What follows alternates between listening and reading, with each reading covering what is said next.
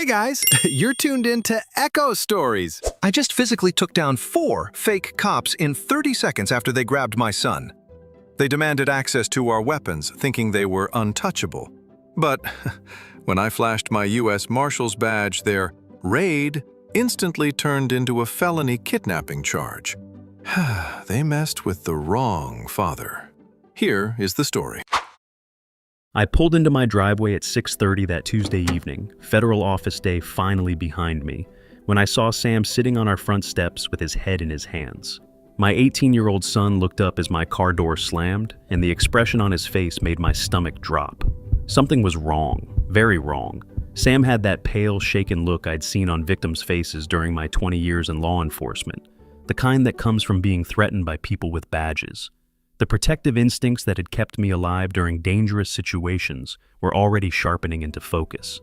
"Dad, thank God you're home," Sam called out, standing up too quickly, his hands still trembling from whatever had happened while I was at the office. 2 police officers came by about an hour ago asking about Grandpa's gun safe in our garage. They demanded I open it and give them the combination code right then and there. When I told them you handle all that stuff and that you work in law enforcement, they got really aggressive. His voice carried a slight rasp, like he'd been talking too much or arguing, and I noticed he kept wiping his palms on his jeans. Sam had always been responsible with the hunting rifles he'd inherited from his grandfather, but something had clearly rattled him badly. I walked closer, automatically cataloging details the way my training had taught me to assess any potentially dangerous situation.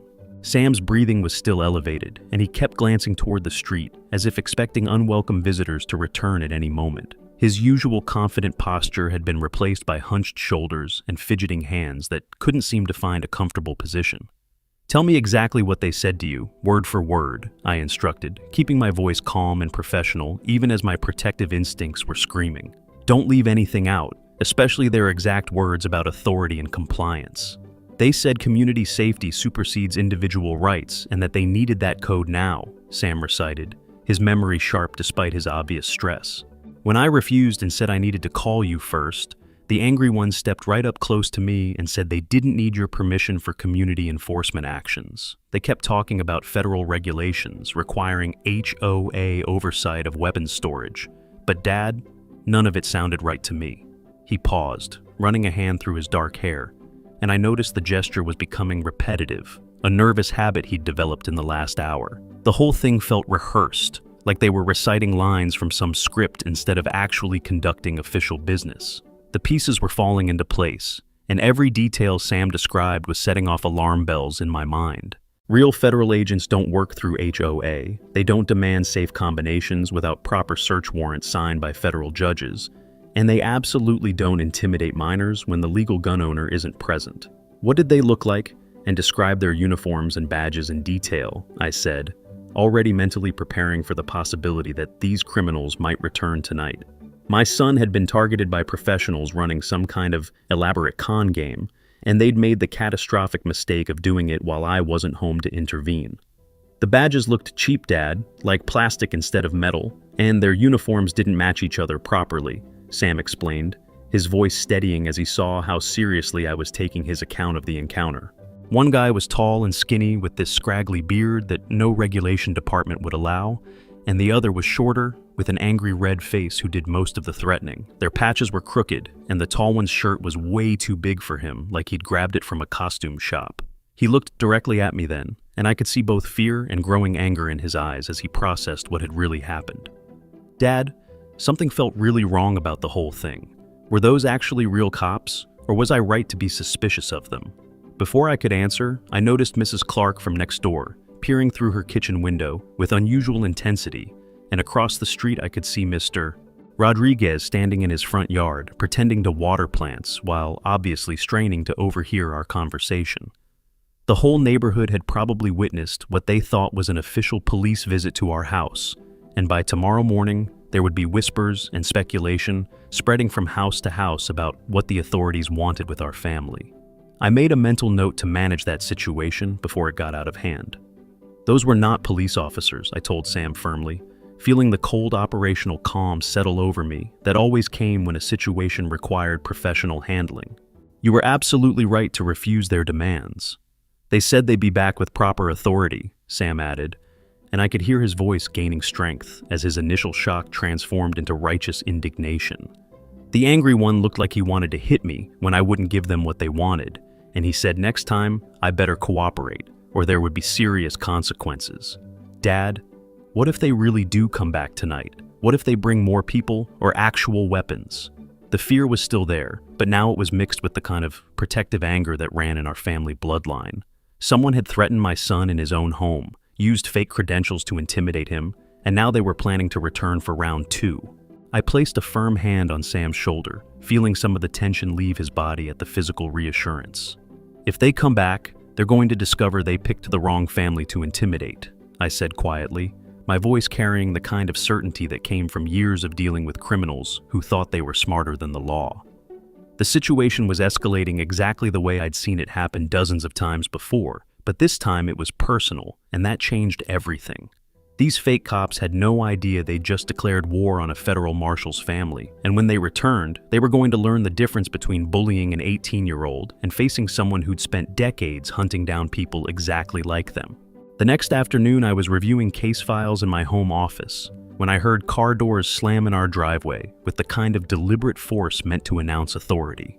Through my window, I watched 2 men in mismatched uniforms approach our front door, and I recognized them immediately from Sam's detailed description. The tall one with the scraggly beard wore a shirt that hung loose on his frame, while his stockier partner sported the same angry expression Sam had mentioned. Their badges caught the sunlight wrong, reflecting like cheap plastic instead of proper metal, and I noticed the shorter one favored his left leg slightly, suggesting old injury or poor physical conditioning that real departments would never tolerate. I opened the front door before they could knock, stepping out onto the porch with measured deliberation, while Sam appeared behind me, staying close but alert. The shorter man stepped forward with exaggerated confidence, his hand resting on what looked like a legitimate service weapon, though his grip positioning revealed unfamiliarity with proper carry protocols. "Sir, we're here about the weapons storage compliance issue we discussed with your son yesterday," he announced in a voice that carried too much volume for a routine visit. "Federal regulations require community oversight of all private weapons storage facilities in residential areas." His partner nodded along with rehearsed timing, but kept glancing at his notes like he was afraid of forgetting his lines. I kept my expression neutral while cataloging their equipment and positioning, noting that neither man maintained proper situational awareness or tactical spacing. "Show me your actual credentials and the legal warrant that authorizes this inspection," I said calmly, extending my hand with the kind of expectation that comes from years of legitimate authority. Behind them, I noticed the neighborhood dynamic had shifted since yesterday's incident, with Mrs. Peterson from 2 houses down deliberately walking her small dog past our driveway while talking loudly on her phone about suspicious police activity, and teenage Jake Morrison recording the interaction from his bedroom window with his phone clearly visible. The fake cops exchanged a quick glance that confirmed they hadn't expected to face someone who knew proper procedure. The taller one fumbled with a wallet that produced what looked like a laminated card from an office supply store, complete with visible air bubbles under the plastic coating. "HOA emergency powers supersede individual homeowner rights when community safety is at risk," his partner declared with growing desperation. "We don't need traditional warrants for compliance inspections under community safety protocols." I watched his pupils dilate slightly and noticed the subtle tremor in his voice that indicated he was operating outside his comfort zone and improvising legal authority. Sam observed my complete lack of intimidation or confusion, clearly surprised by the professional distance I maintained rather than the parental concern he'd expected.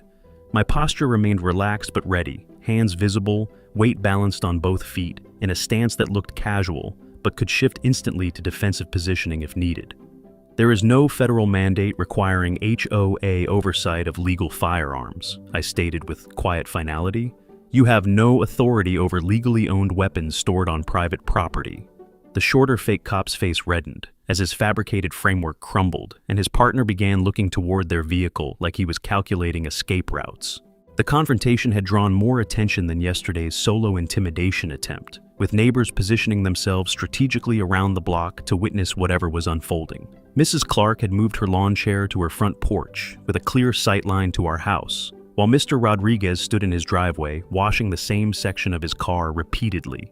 Young Jake Morrison's phone recording meant this encounter would be documented and possibly shared, adding a social media element that could complicate whatever scheme these criminals were running. I filed away these observations while maintaining my primary focus on the immediate threat assessment. "Leave my property immediately," I said with controlled authority, allowing just enough edge into my voice to make compliance feel like the only rational option. "You have no legal standing here."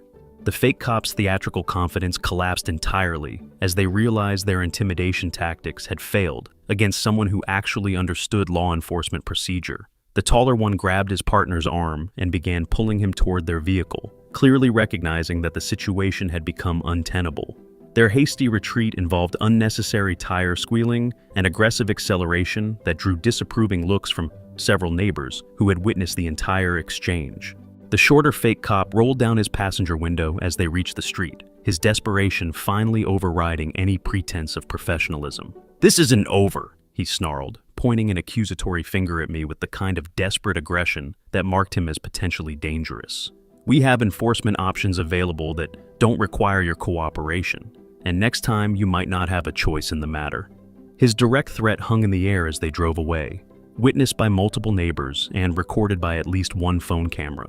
Sam stared after the departing vehicle with growing understanding about the seriousness of what had just occurred, while I mentally cataloged their license plate number and noted the specific modifications to their fake patrol car. The neighborhood had witnessed both their threats and my refusal to be intimidated, creating a social dynamic that would influence how future encounters played out. Some residents would support law and order regardless of circumstances, while others might question why we were refusing to cooperate with apparent authority figures. "Dad, they just threatened us directly in front of half the neighborhood," Sam said, his voice carrying a new edge of determination. "And the way you handled them was nothing like how most people would react to police officers." I could see him processing the implications of my tactical competence, probably wondering exactly what kind of federal training had prepared me for this specific type of confrontation. 3 days after the fake cop's second visit, I was installing additional security cameras around our property perimeter when a black BMW sedan pulled into our driveway with the kind of aggressive confidence that screamed executive privilege. Behind the wheel sat Diane Kessler, HOA president, stepping out in a power suit that cost more than most people's monthly mortgage while carrying a leather portfolio like a weapon. Sam emerged from the garage where he had been organizing his grandfather's hunting equipment, and I could see him tense as he recognized the woman who'd been orchestrating the harassment campaign against our family. Her perfectly styled silver hair and practiced smile couldn't hide the calculating predator beneath the community leader facade. "Mr. Thompson, we need to discuss your family's compliance with recent community safety initiatives," Diane announced without preamble, opening her portfolio with theatrical precision to withdraw what appeared to be an official document complete with embossed letterhead and multiple signatures.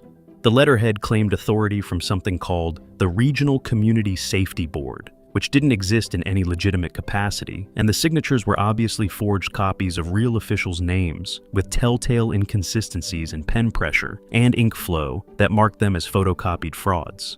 Additional documents beneath showed the same professional forgery work, complete with fake seals and backdated authorization stamps that would fool anyone who didn't know what real federal paperwork looked like. While she delivered her prepared speech about liability exposure and weapons storage risks, I discreetly used my phone to access county property records and recent assessment data through my federal clearance. What I discovered confirmed my growing suspicions about the true motivation behind this elaborate harassment campaign. Our corner lot had been assessed at nearly double its previous value due to proposed commercial development in the surrounding area, and HOA meeting minutes from the past 6 months showed repeated discussions about acquiring strategic properties for community expansion projects. The gun safe wasn't a safety concern, it was simply a convenient excuse to force us off valuable land that Diane's organization wanted for their own financial benefit. Your corner lot creates significant liability exposure for our community, and this emergency safety order requires that your gun safe must be either HOA controlled through our community master access system or permanently removed from residential premises, she declared with growing confidence. "We need your son to surrender the combination code immediately so our security team can install proper oversight protocols." Her fingers drummed impatiently against her portfolio as she waited for our inevitable surrender. Clearly believing her legal theater was having the intended intimidating effect, on what she assumed was just another suburban family without connections or resources to fight back. "This is about land value and your expansion project, isn't it?" I said quietly, watching her carefully controlled expression falter as she realized I'd seen through her carefully constructed legal facade. "The gun safe has nothing to do with community safety and everything to do with the fact that our property is worth nearly $2 million now that the city approved commercial zoning for the adjacent blocks. It was never about safety, it is about greed. $2 million makes people do evil things. If you found out your HOA was trying to steal your home for profit, would you fight or run? Let's see Jason's next move." Diane's composure cracked slightly, revealing the calculating businesswoman beneath her concerned community leader persona, while Sam looked back and forth between us with growing understanding about the true scope of what we were facing, rather than simple weapons compliance issues. Her mask slipped completely as she realized her elaborate deception had failed against someone with actual knowledge of legal procedure and property law. "Your family can cooperate willingly with our safety initiatives, or you can face escalated enforcement measures," she said, dropping all pretense of bureaucratic concern in favor of direct threats. She leaned forward slightly, invading personal space in a way that suggested she was accustomed to using physical intimidation when legal intimidation failed to produce immediate compliance. The transformation from friendly neighborhood authority to corporate predator was complete and unmistakable. Sam stepped closer to me, his voice tight with a new kind of worry as the implications became clear. "Dad, if they're really after our property, what's to stop them from framing us for something serious?" he asked, his question revealing that he'd moved beyond simple fear of losing the house to understanding the sophisticated nature of the threat we faced. They've already sent fake cops and created fake legal documents, so what else might they be willing to fabricate to get what they want? His tactical thinking impressed me, showing that he was beginning to grasp the criminal mindset behind the HOA's actions. The neighborhood had transformed in ways that went beyond simple avoidance, with technology amplifying the social pressure campaign in disturbing new directions. Sam showed me screenshots from the community message board, where anonymous posts questioned our weapons stockpiling and suggested we might be planning something dangerous, while HOA group texts circulated photos of our security cameras, with speculation about what we were really trying to hide. Local social media groups had picked up the story, with carefully edited versions that made us sound like paranoid gun fanatics refusing reasonable safety inspections. And several neighbors had mentioned receiving robocalls about concerning activity at our address. I placed a reassuring hand on Sam's shoulder while keeping my eyes fixed on Diane, who was watching our family dynamic with the calculating expression of a predator sensing weakness. "Not legally," I told Sam with complete certainty, my voice carrying federal law enforcement experience without revealing specific details of my position or training. "But they might try illegal methods to pressure us into compliance, which is exactly what we're seeing here." Diane's smile widened at my words, clearly interpreting my caution as evidence that her intimidation campaign was beginning to work and that we were starting to crack under the sustained pressure. Only old Mr. Wilson from the end of the block continued to openly support us, making a point of waving enthusiastically whenever he saw Sam or me outside, though even his defiance came with consequences, as the HOA had begun targeting his property with frivolous violation notices. Mrs. Patterson from across the street now hurried past during her walks, while the Johnsons next door had installed privacy screens that blocked their view of our house entirely. The social fabric of our once friendly neighborhood was disintegrating under the weight of Diane's systematic campaign to isolate and pressure us into surrender. Diane gathered her materials with obvious satisfaction.